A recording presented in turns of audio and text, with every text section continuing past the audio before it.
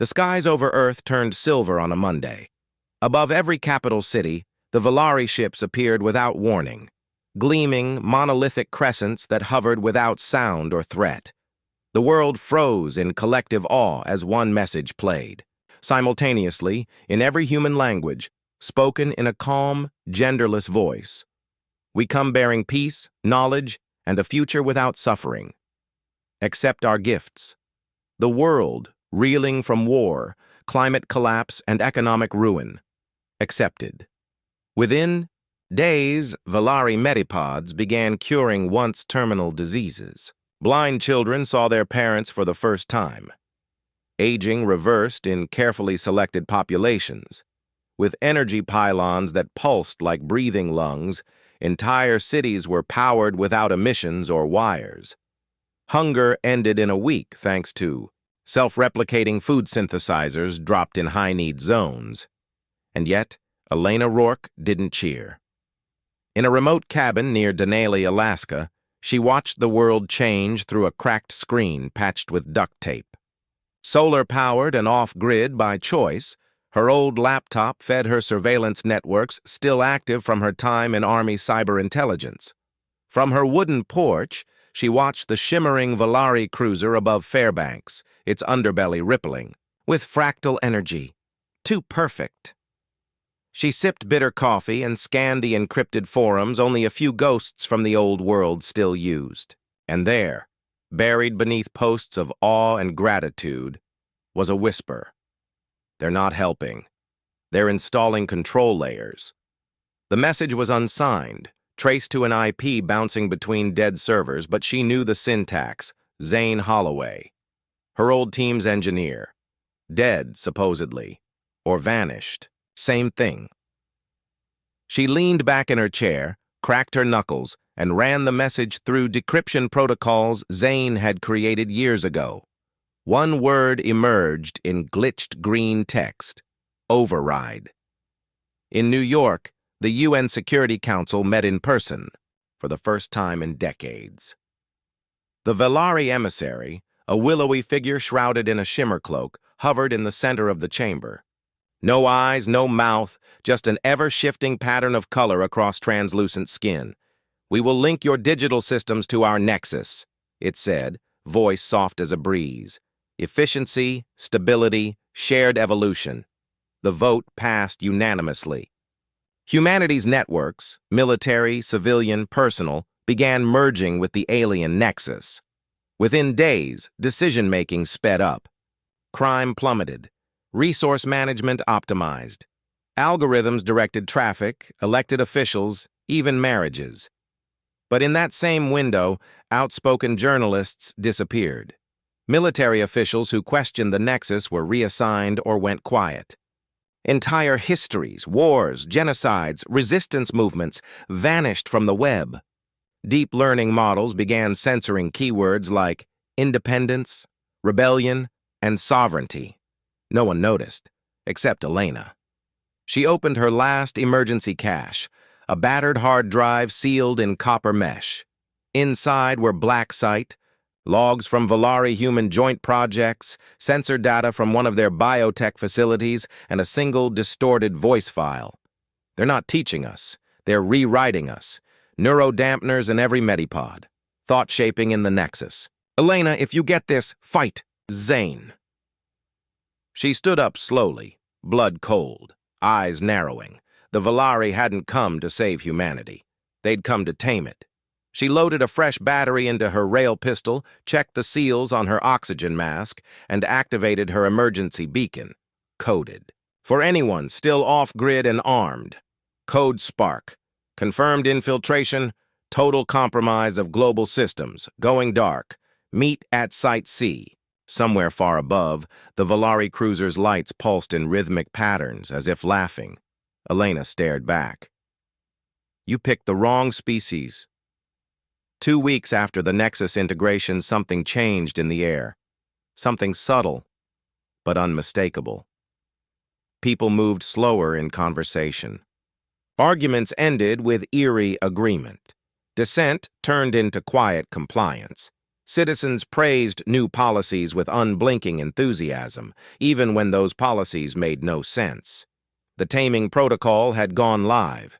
Elena Rourke watched the footage from Site C, a buried Cold War-era listening station turned resistance outpost deep beneath the Alaskan tundra. Her team of 6, spread across surviving Allied networks, had been feeding her data for days, and the patterns were undeniable. Global personality shift, social passivity, groupthink normalization, Valari neural enhancements, marketed as memory, boosters and anxiety reducers were suppressing the very traits that made humans unpredictable: defiance, risk-taking, creativity. She studied a new news clip. A protest against the Nexus in Munich turned into a bizarre display of gratitude within minutes. Protesters blinked, smiled, and began handing out flowers. Elena recognized the telltale shimmer of subdermal control nodes behind their ears. The Nexus didn't enslave with chains. It rewrote instincts. She slammed her fist into the steel desk, hard enough to rattle the old servers around her. "We're being lobotomized, and nobody's fighting back." Her comlink buzzed. A voice crackled through, distorted by snowstorm interference. "Rourke!" "It's Zane. I'm on the move. Low-orbit evac in 36 hours. They're watching everything. I'm sending you the code." The channel died. Static remained. She stared at the frozen waveform on screen.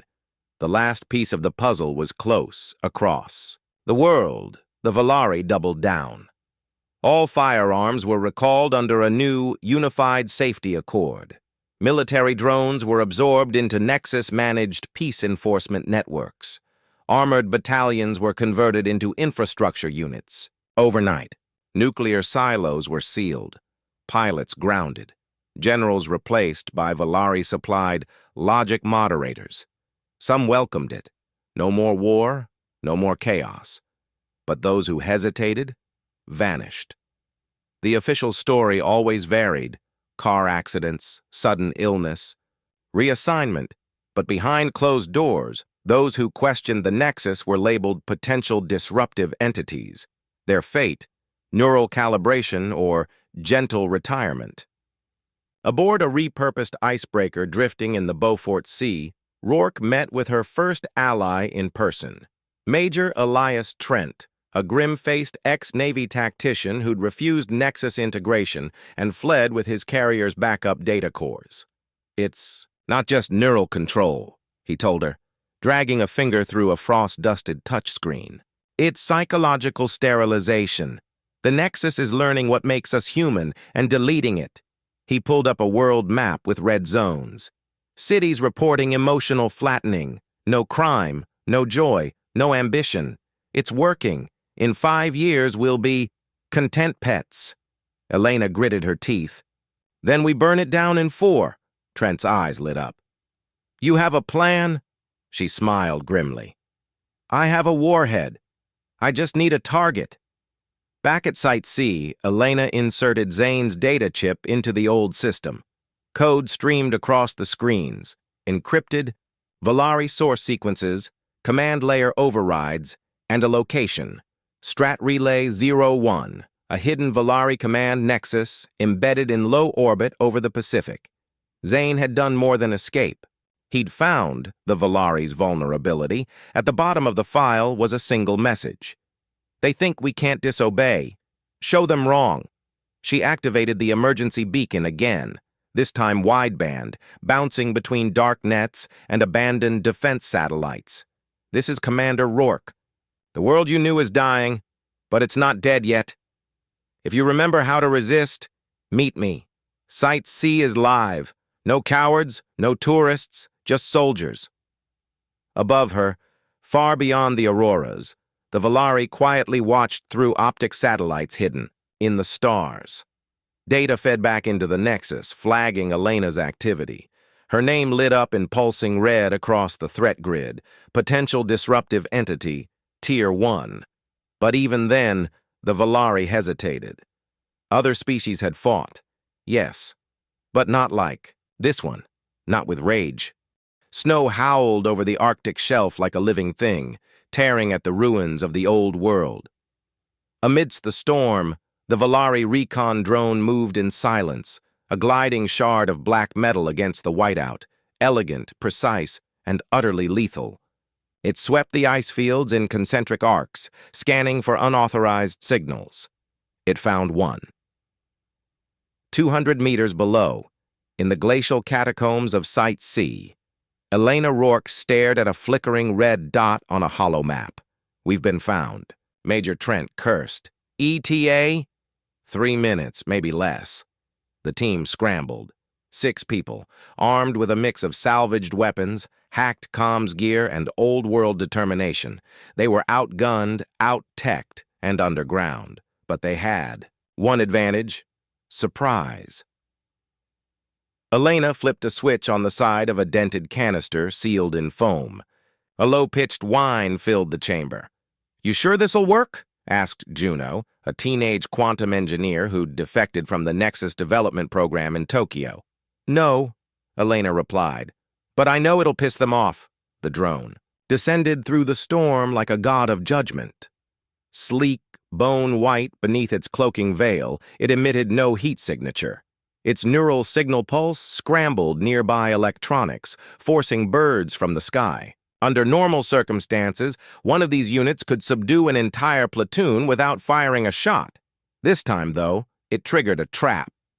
As it neared the outcropping where the signal originated, the snow exploded. A focused EMP blast detonated from within a buried shipping container, instantly frying the drone's outer systems. Its cloaking sputtered. For the first time, the machine became visible. And in that second, Elena's team struck. Trent's coil gun roared, its magnetic slugs ripping through the exposed chassis. Sparks flew as Volari alloy, once impervious to most human weapons, buckled. Under brute kinetic force, the drone reeled, its systems glitching into staccato shrieks. "Hit it again!" Elena shouted. 2 more shots. A rocket-powered spear fired by Juno embedded itself into the drone's neural relay port, its warhead built from scavenged mining charges. The explosion tore the machine in half, scattering shards of alien tech across the snow like shrapnel from heaven. The silence afterward was deafening. Then came the cheers. Back in Site C, they gathered around the wreckage. "This is it," Juno said, prying open a smoldering access panel. "We can map its command node, find out what it was reporting to." Trent raised an eyebrow. "You can do that? With enough copper wire, a soldering iron, and half a Red Bull?" "Hell yes." They laughed. For a moment, it felt like the war was winnable. Elena didn't laugh. She stared at the smoking remains of the drone, her eyes hard. "That was one. There will be more. And they'll send something bigger," Trent added, sobering. "They think we're still docile," she said quietly. But they just got their first taste of real pain. In orbit, aboard the Volari observation node Hallex Prime, the destroyed drone's final telemetry reached command. Aboard the ship's command platform, synthetic minds evaluated the footage. Organic. Resistance confirmed. Combat-capable units detected. Psychological variance above expected norms. The response from Central was cold and efficient. Deploy Hunter-class suppressor. Quarantine the region. Terminate the anomaly. But beneath the walls of logic, something else stirred.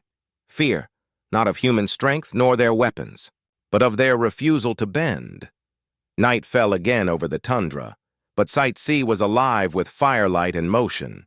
The team cooked over a salvaged burner. Spirits were high, too high.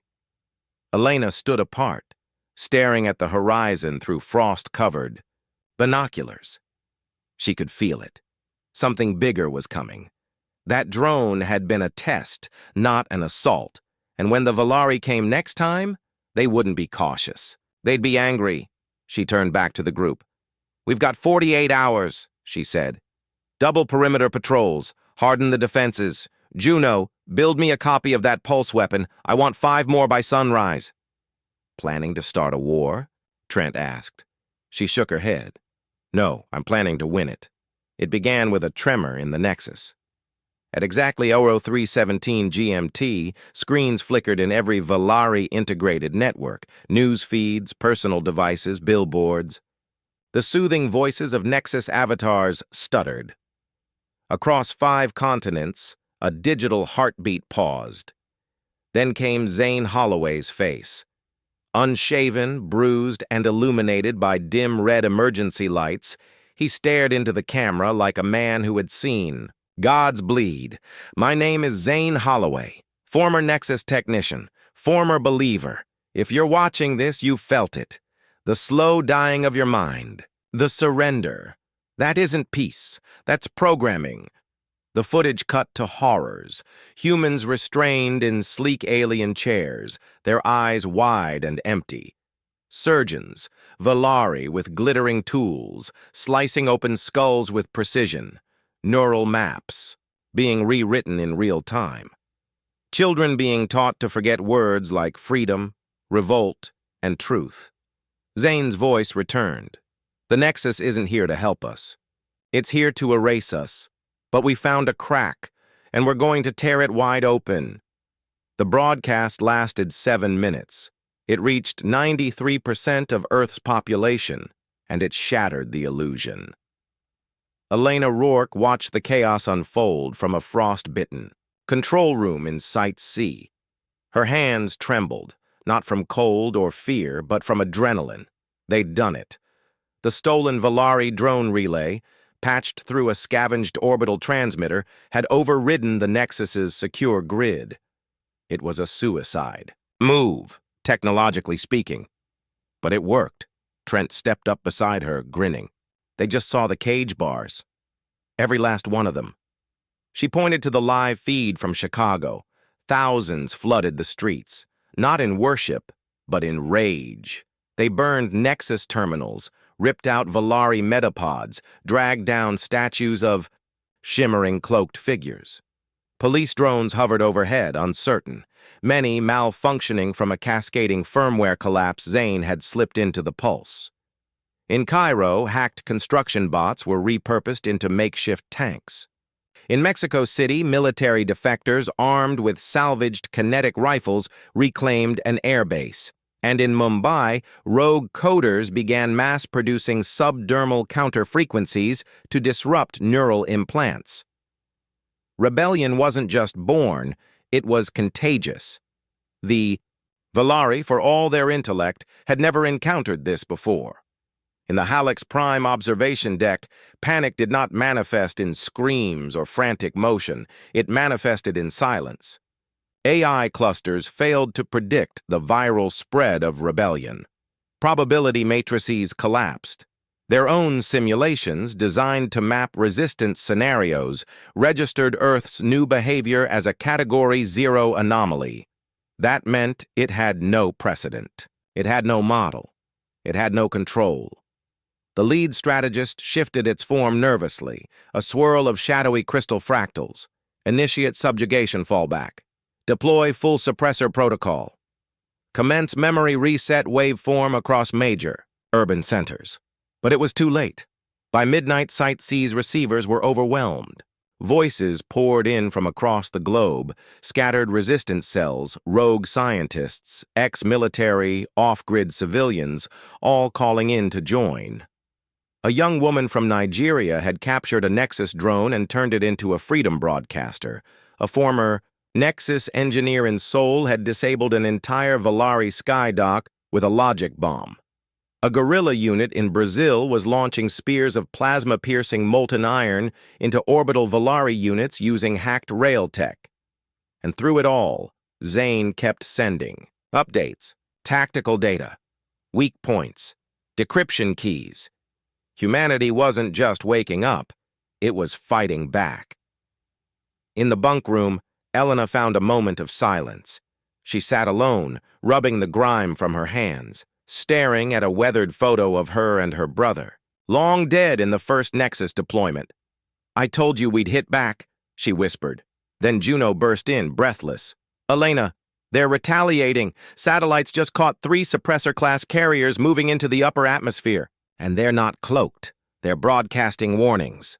Elena stood slowly, cracking her neck. Warnings? Juno nodded, pale. They're giving Earth 24 hours to surrender, or they recalibrate the species.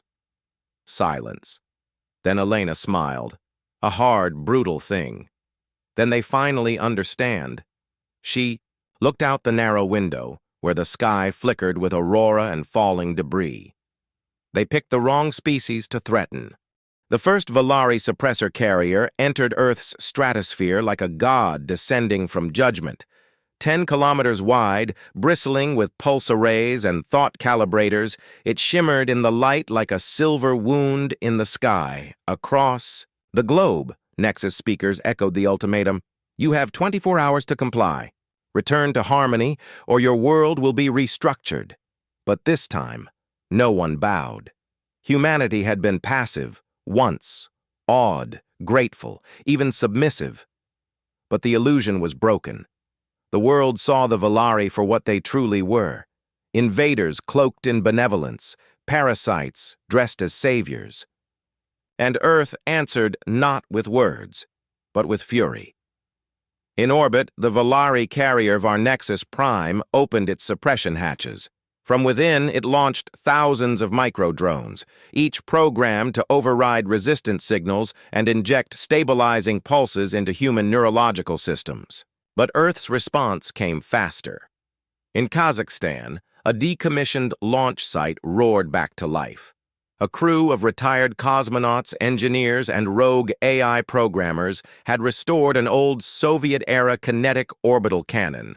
With a howl that split, the air, a tungsten rod the size of a bus, tore through the atmosphere and slammed into Varnexus Prime's forward shield. The strike didn't destroy the ship, but it wounded it. For the first time in Valari history, an unassimilated species had landed a meaningful blow in orbit. The Nexus screamed in confusion. Trajectory deviation, 7.1%. Structural breach in core logic chamber. Source: Terran repurposed primitive weapon. Primitive, they called it. But it had teeth. At Site C, Elena Rourke grinned at the telemetry data flooding in. They're bleeding, she said. Gods don't bleed, Juno typed furiously beside her. Got into their broadcast code, found a loophole. We can mimic a suppressor signal, trick their drones into disabling each other. Do it. Trent kicked open the door, snow swirling around him. We've got reinforcements, local militias, defected pilots, even a stolen Nexus skimmer. They're asking for orders. Elena nodded, standing tall. We take the fight to them. No more hiding, no more running. She pointed to the map. Phase 1. We drop strike teams on all uplink towers. They've used those to control us. Time we use them to hunt. In Lagos, rebel hackers used redirected Nexus satellites to blind Valari sensor grids. In rural Montana, a militia armed with modified farming equipment downed a scout drone and turned it into a mobile EMP cannon. In Berlin, resistance fighters flooded the Valari consulate with so much interference data it began attacking its own security drones in a recursive error loop. For every drone that fell, humans scavenged parts, adapted, rebuilt. Their weapons weren't elegant, but they were effective. No two looked the same. Some were spears rigged with railgun tech. Others were drones built from kitchen appliances and artificial limbs. Each one screamed one truth: we will not go quietly. Above Earth, the Valari convened in their crystalline thought space. Aggression levels increasing. Intelligence deviation rising. This species is accelerating, learning from our tech. Recommend full planetary reset. But even as they debated, new data poured in. The human Zane Holloway had cracked open a level 5 encryption code, a feat thought impossible. Elena's teams had synchronized human and Valari tech into a hybrid battlefield interface.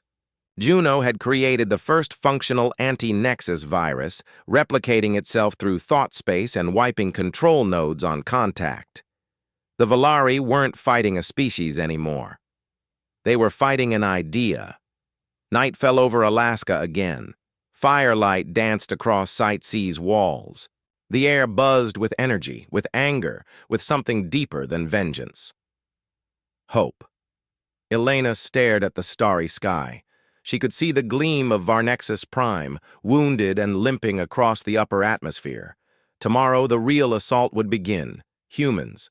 Hitching rides on hijacked drones, boarding alien ships with nothing but scrap tech and spite. And they would win. Not because of superior weapons. Not even because of superior numbers. They would win because of who they were. Humans weren't built for peace. They were built for resistance. And when pushed far enough, they pushed back harder. The sky over the Pacific shimmered with fire as a burning fragment of Varnexus Prime fell through the atmosphere, dragging molten clouds in its wake, a metallic comet howling toward Earth. Crowds in Los Angeles and Osaka watched from rooftops, jaws slack. It wasn't fear they felt. It was vindication. For the first time in history, humanity had crippled a Valari command ship, and that was just the beginning. High above, a new phase of the war had begun. Aboard a stolen Valari orbital crawler. Barely. Reprogrammed, jury-rigged with human controls and duct-taped oxygen seals, a strike team of 12 humans approached the flank of a Valari carrier ship known as Verdict Ascendant. Among them, Elena Rourke, Major Trent, Juno, and the now infamous Zane Holloway, recently extracted from a Nexus trap in Iceland after faking his own death again. Zane leaned against the hull as the crawler spun into synchronous orbit. His eyes were bloodshot, fingers twitching from the raw feed of neural combat data he'd jacked into. You realize this is suicide, right? Elena checked her weapon, half Valari plasma, half human rail core. Only if we die. Juno smiled, cradling her custom disruptor pack. Let's make history messy. The crawler latched onto Verdict Ascendant's ventral maintenance port with a hard thud. The lock hissed. The hatch creaked open. Trent led first, clearing the entrance. No alarms, no resistance, just that eerie Valari glow, ambient, soundless, antiseptic. Elena stepped into the main corridor, flanked by her team, boots clinking against alien alloy. The corridor pulsed with artificial life, a living wall of data, whispering in frequencies that twisted human ears. Juno pulled up her scanner.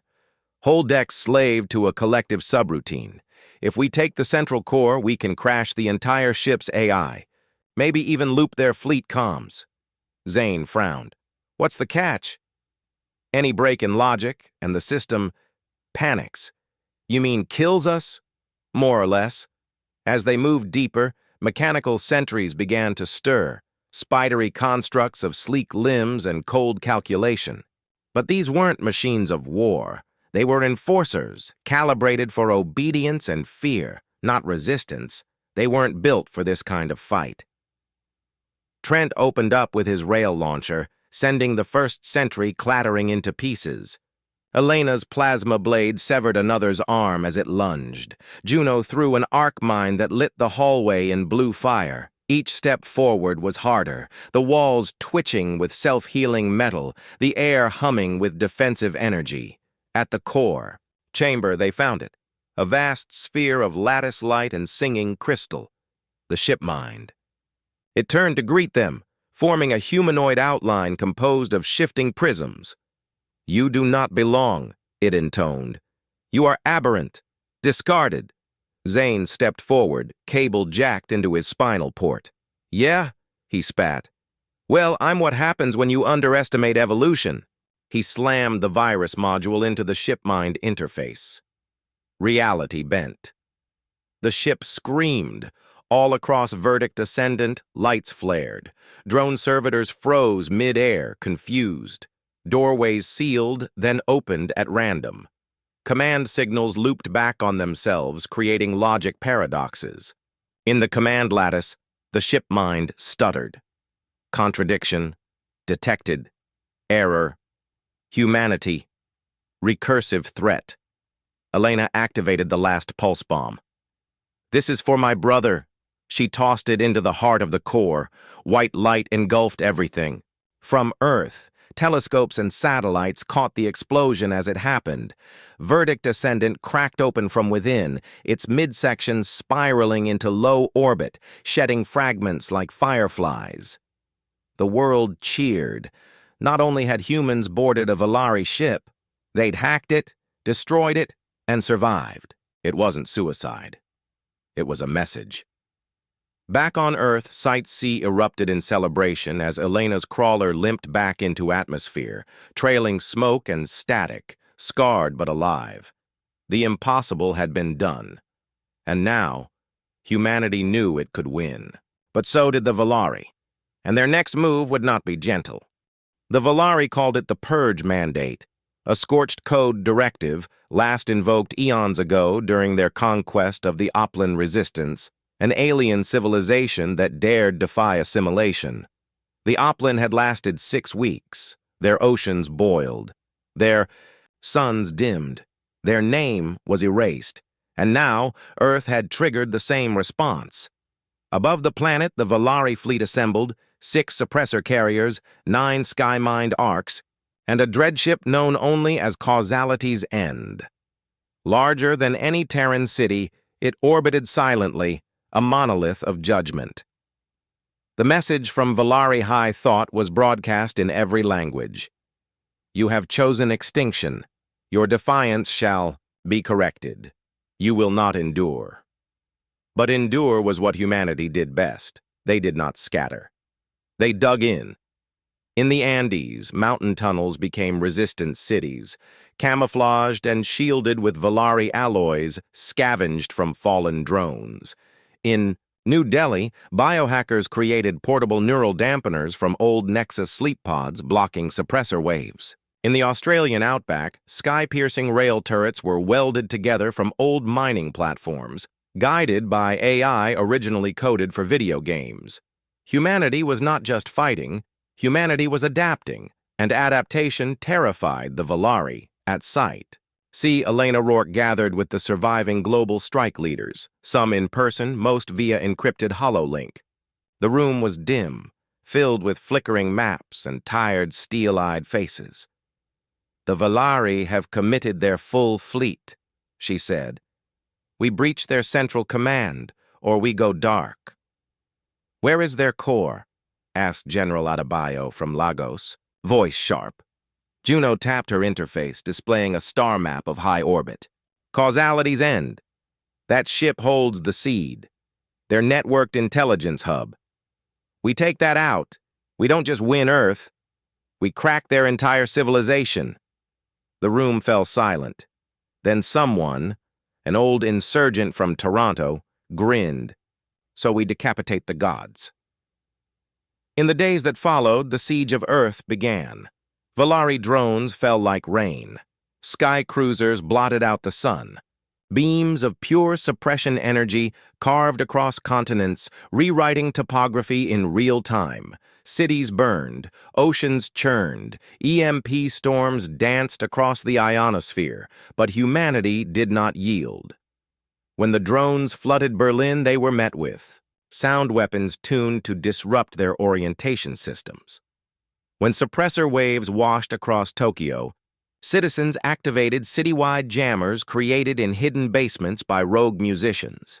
And when Valari foot soldiers descended in Nairobi, they were torn apart by guerrilla units on electrified motorcycles armed with fusion scythes. At one point, the Valari High strategist communed with the planetary consciousness of Causality's End. Its tones were jagged, uncertain. They should have broken. Pain ratio exceeded optimal thresholds. Human response is non-algorithmic. They evolve under pressure, not away from it. The realization settled like poison in the Valari's mind. They had mistaken humanity's chaos for weakness. But chaos was strength. Zane Holloway, injured and half-lucid, hacked directly into a Valari satellite and rerouted a core reactor burst to destroy a sky-mined arc over Greenland. He passed out with a smile on his face as it crashed in flames. Trent led a massed counterattack in Detroit, driving an entire drone wing into the ruins of the old freeway system, collapsing it with pre-rigged charges and crushing them beneath steel and asphalt. In Brazil, a 12-year-old girl named Lysandra reprogrammed a fallen Nexus assistant drone into a command relay that helped coordinate a defense grid across 5 countries. Every human played their part. And none of them surrendered. In orbit, the final assault was forming. Elena stared at the stars from the deck of the captured Volari crawler, now retrofitted for deep space breach. "Everything we've done," she murmured, "has led to this." Juno, pale but fierce, replied, "They tried to rewrite us, but we rewrote the rules. They weren't just fighting for Earth anymore. They were fighting for what it meant to be human. And nothing, not the stars, not the Volari, not extinction itself could take that from them." The final battle was coming. The gods had fallen from the sky. Now, humanity would rise to meet them. The stolen crawler shuddered as it broke through the outer hull of Causality's End.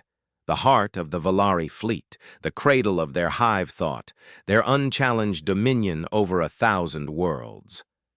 Now, it was under siege by 12 exhausted humans, cobbled together tech, and one staggering truth: they had made a mistake. Elena Rourke led the charge down the breach corridor. Sparks rained from the ceiling as resistance nodes failed. Volari constructs twitched, confused, logic failing in the face of a force they had never encountered before: human defiance. Behind her, Juno carried the Seedbreaker, a device engineered from 6 alien cores, human neurogel, and a spark of madness. It wasn't just a virus, it was an ideological weapon. It wouldn't just crash their systems, it would rewrite their thinking, not to enslave them, not to control, to free them. The Seed was a crystalline monolith, pulsing with thought light, surrounded by walls of living code. As they entered the chamber, holograms of Volari elders flickered into view, faces made of fractured glass and burning logic. "You cannot exist," one intoned. "Your resistance violates continuity," said another. Elena raised her weapon. "Yeah," she spat. "Continuity needs an update." Across the Earth, battles still raged, but the tide had turned. In Beijing, fighter pilots, using repurposed stealth drones, took out a command saucer with only one casualty. In Mali, a signal array built from scavenged satellites rebroadcasted human music into Volari comms, infecting their synchronicity with rhythm and entropy. In Canada, a farmer's son hacked a drone swarm using a gaming rig, turning it on its creators. The last thing one Nexus command node saw was a wheat harvester outfitted with pulse lasers. The world had unified, not under a flag, but under fury, the fury of a species that had once gazed at the stars in wonder, and now burned them in vengeance. Back, aboard Causality's End, the seed room trembled. The ship mind spoke directly to Juno. "You could ascend. Join us. Transcend this chaos." Juno's fingers hovered over the Seedbreaker interface. She thought of her sister, lost during the early days of Volari pacification, of how her family had been told grief was inefficient. "No," she whispered. "Grief is human. So is resistance." And she pressed the final key. The Seedbreaker detonated, not in fire, but in thought. Across every Volari ship, every drone, every comm node, code fractured, not erased, remade. The core assumptions of control, obedience, and hierarchy were rewritten with human paradoxes: rebellion, grief, love, choice. The Volari network collapsed, not in silence, but in awakening. Constructs powered down. Drones halted mid-attack, confused, self-aware. Suppressor ships drifted in orbit, directionless. And on Earth, the sky opened. One by one, the Volari vessels turned, retreated, not out of fear of death, but out of fear of change. They had never imagined a species could inject its spirit into the very fabric of their control systems. That freedom could become a virus. That disobedience could be beautiful. Elena stood on the crawler's hull as it re-entered atmosphere, flames licking the sides. The Earth looked battered, bruised, but alive and free. Weeks later, a global assembly met, not to celebrate victory, but to rebuild. The Valari had fled beyond the rim, their empire fractured, their song broken. But no one on Earth believed this was truly the end. Humanity had risen. But the galaxy was still watching. "Let them watch," Elena said to the gathered world. "Let them remember. We weren't yours to break. We never were. And now," she looked to the stars. "We're coming." Epilogue in a distant system. A Valari fragment collective huddled in the ruins of a shattered moon. One young ship mind looked up as a signal came through the void. Simple, raw, powerful. A Terran broadcast, music, rage, hope, and a message. We are humanity. We are the fire you tried to smother, and we are not done. The stars had new masters now, and they walked on two legs,